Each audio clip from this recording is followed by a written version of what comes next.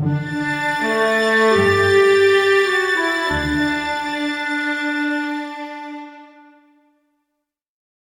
we're going to put the two halves together. Obviously the crankshaft is going to fit into here, and also you've got the camshafts have to fit in here, and also you've got to have an oil tight seal, so you've got to have an awful lot of things all happening at once at the right time to make it all work.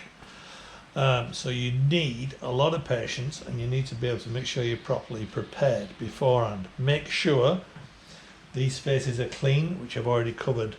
The other thing what I would like to say at this point in time is that when you're jacking the engine up, people tend to jack off the middle of here, or on the bottom of there. If you jack onto that, you're likely to damage that edge, and it can pin it and force these two parts, these two halves apart, and you'll end up with an oil leak. Never jack off the case, off the engine case. Only off the frame. Never jack off the engine under any circumstances. Now then, the timing side bearing is a C3. And now follows some useful information on roller bearings. I personally use a C3 on the timing side and TN bearing on the primary side. The reason I use a C3 bearing on my timing side is that it allows a greater oil flow to lubricate the bearing. CA and a C2 bearing is tighter, and obviously you're going to get less oil flow, but you will also get, or you may get, expansion issues. Please take time to read through these important documents. It's important you understand how these bearing specifications work. Each bike is different, and it's important that you get the right bearing for your bike. A C2 bearing may work perfectly well for instance, in the UK. However, this same bearing may not work well in Australia. So when you put the crankshaft in, you put the crankshaft into this half first. Put the camshafts into that side. Right, now we're going to put the crankshaft into this half. So I might have to swear a bit. I'll put this in. Shall I trap my fingers doing it? I hope you can see.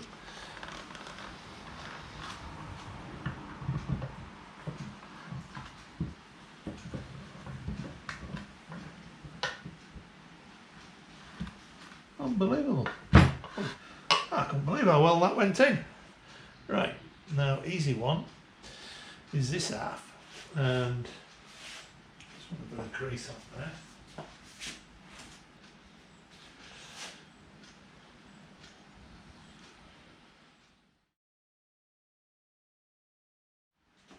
These shouldn't fall out, they should be fairly tight in there. So they should not fall out.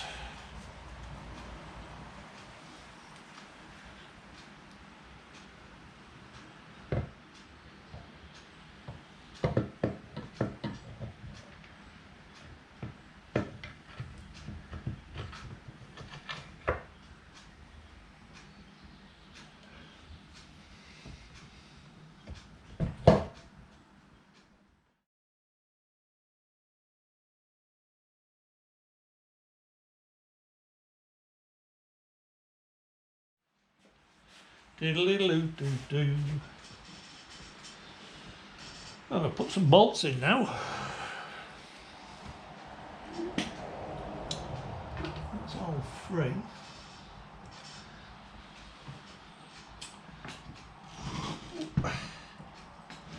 Always important to make sure everything is free to rotate.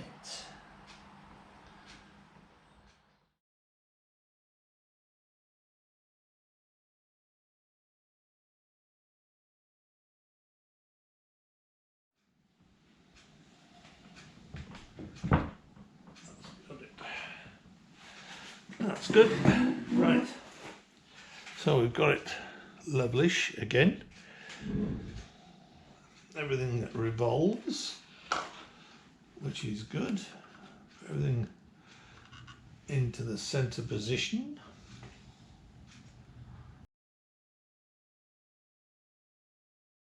The B is there, so you use that kiwi.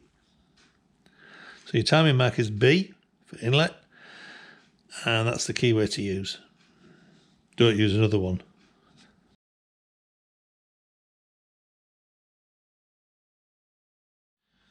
I've got a trusty piece of tube somewhere that helps me do this.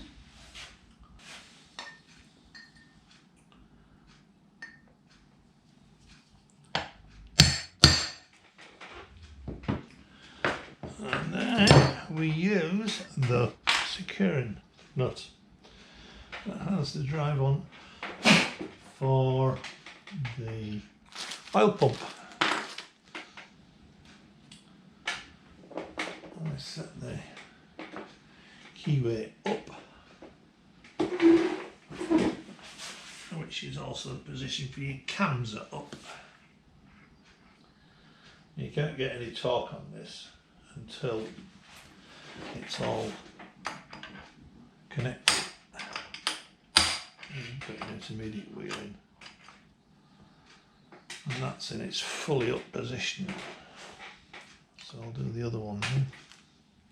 Okay, exhaust cam is indeed, timing mark is A.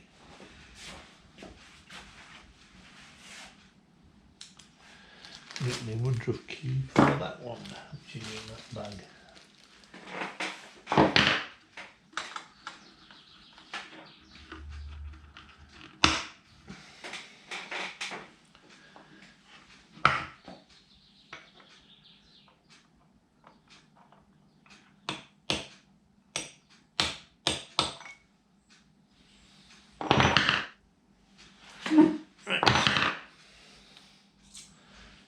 Good.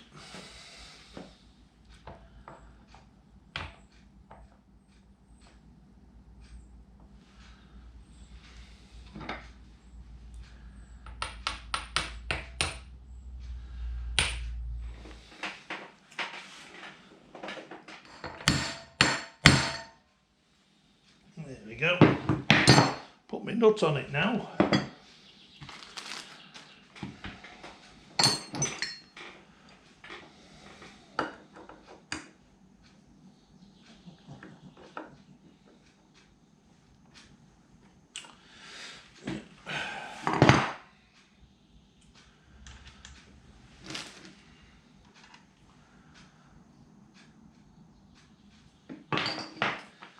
And we put the spacer, called a bearing retainer. And that just slots down to there. Okay.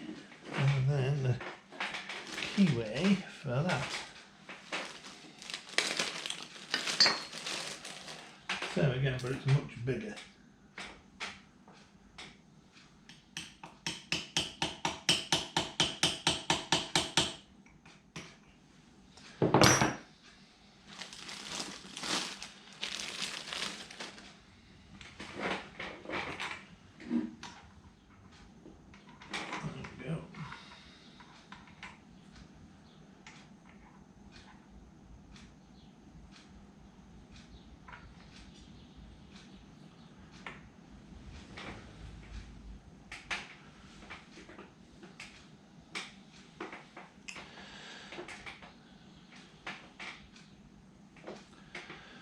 Tube again.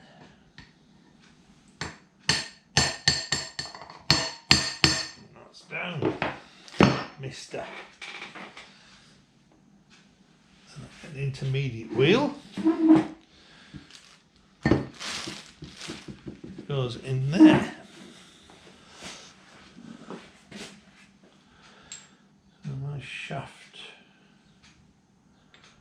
goes in that way.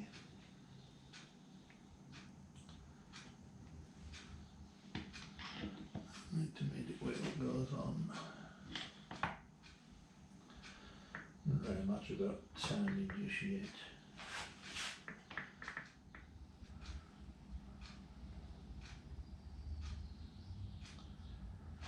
Now I'm putting it in where timing marks are,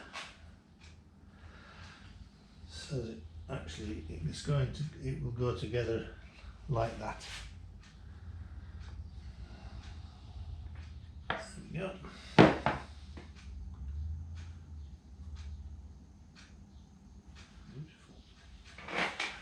Mine's a clutch, obviously, because I've got an electric start.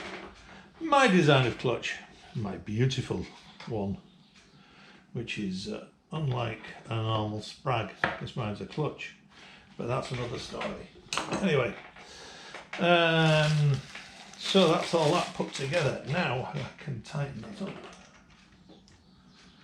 and put my nuts on.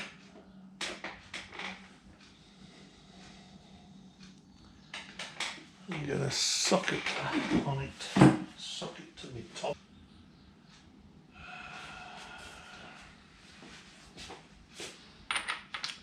It's 15/16. So the inlet is 15/16 sockets. And your exhaust is 1.125".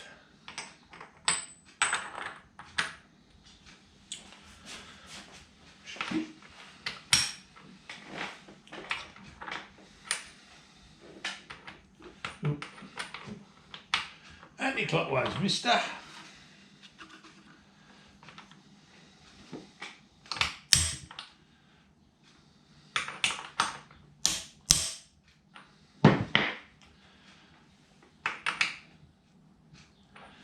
Right, so a bit of sock, a bit of denim to put in there.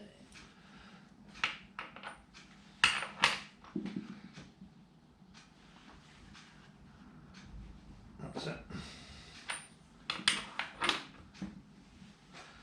It's just a gentle way you can tighten things up. You don't tighten anything up rock solid tight as yet, but just enough to pull your cams through and stuff like that.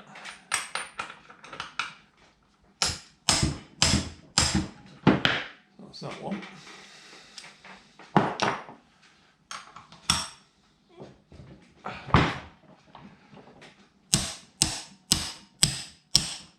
That's tight.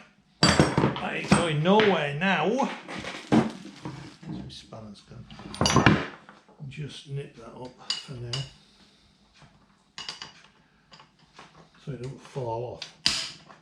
That's it.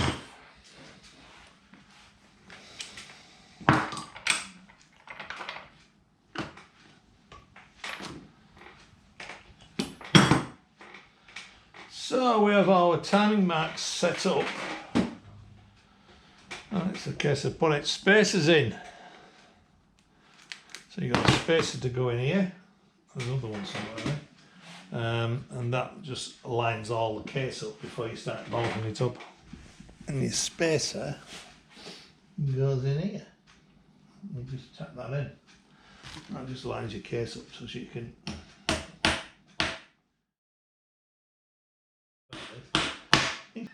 So I just bolt it together now.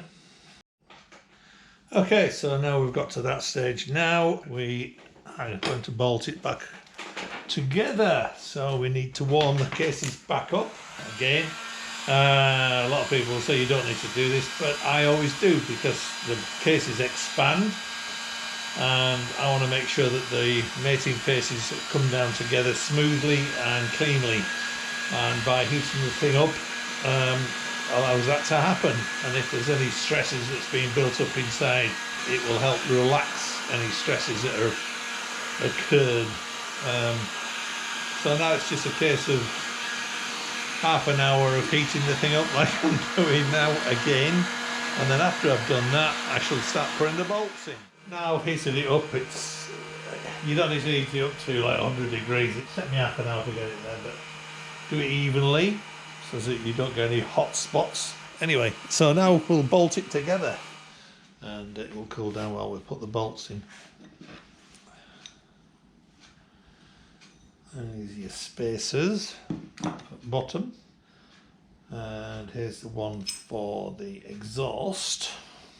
It goes through there. And all we're doing at the moment is just going to clamp the engine together.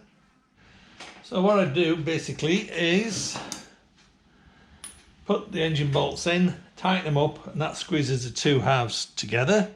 Because it's nice and hot, it will relax and it will all pull together straight, and everything will mate together very nice and tightly. And then you heat it up again, and then you torque it all up again properly. The second torquing is always very, very important, and I do that on the bike. Basically the same thing with a torque wrench. But that's it now, I just leave it to cool down.